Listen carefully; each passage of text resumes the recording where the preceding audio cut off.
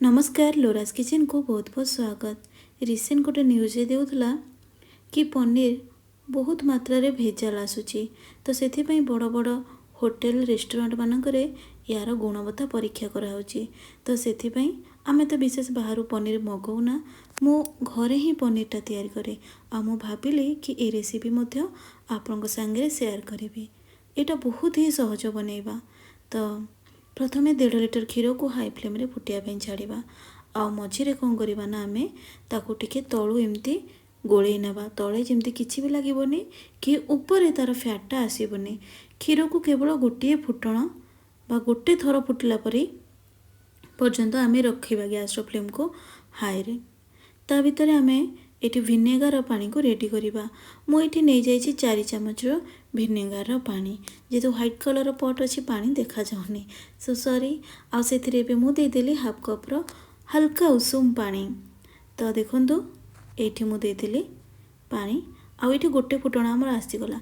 आमे संगे संग विनेगार पानी को ऐड करबानी। प्रथमे आमे गैस फ्लेम को ऑफ करबा आ 15 रु 20 सेकेंड पर्यंत आमे ताको टिके एमती चलै नेबा। जदि भी किसी तले आमर फैट बसी जाइथिबो से बाहरी आसीबो।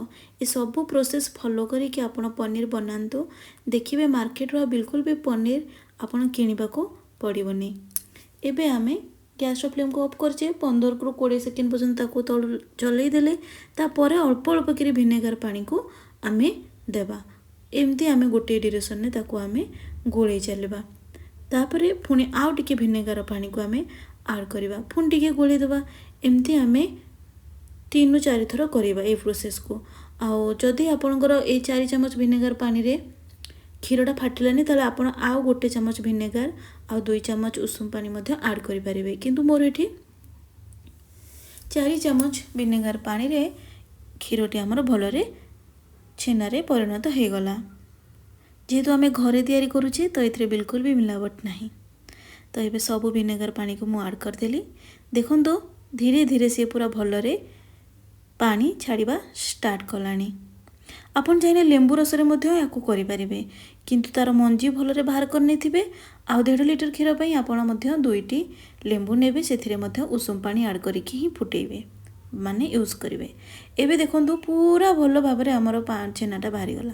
आ संगे संगे आमे तो काढी देबानी कोन करबा ना एमती 2 कप रो आमे ठंडा पानी सेथिरे ऐड करिबा। देखंतु पूरा छेनाटा गोटा हे कि गोटे जगह रे रहि गला आ छोट छोट खंड हे कि चारिआडे भासिलानी।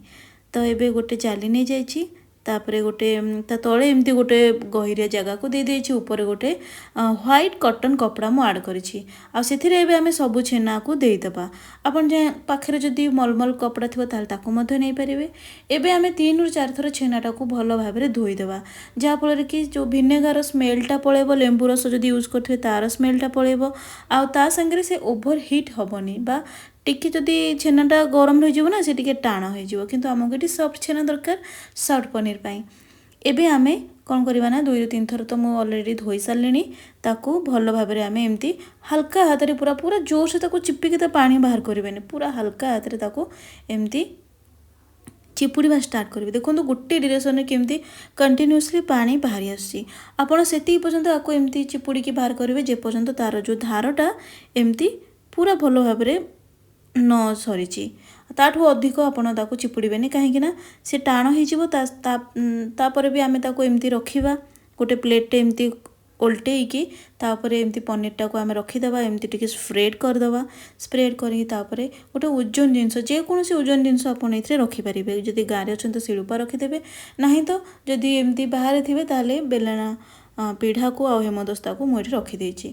आको बेसी समय नहीं 25 रु 30 मिनिट पर्यंत निहाती रखिए। 25 रु 30 मिनिट पर मु आपन को देखै दउछि तार से केमिति कंडीशन ने अछि तार सब पानी हमरो जे चाहा भी थिला से सब बाहरी आसीछि।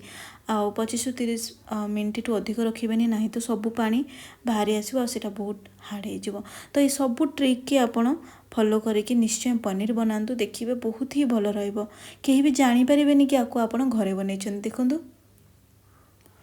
केते भलो रे आमर ये पनीर खंडटी बाहरी आसला। एबे आको कौन करवा ना फ्रिज रे रखीदेबा।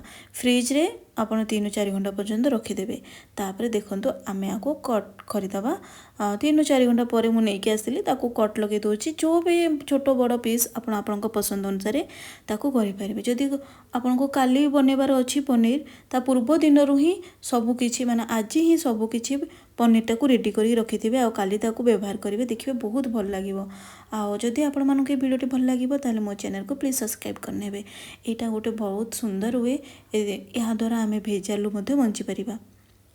तो एमती थरे घरे पनीर बनातु केमिति लगुच मते कमेंट करके जणातु। देखो केते सुंदर भाव में आमर पनीर सब रेडी होगी अच्छी। आज इतिकी रोची नमस्कार। जय श्री जगन्नाथ।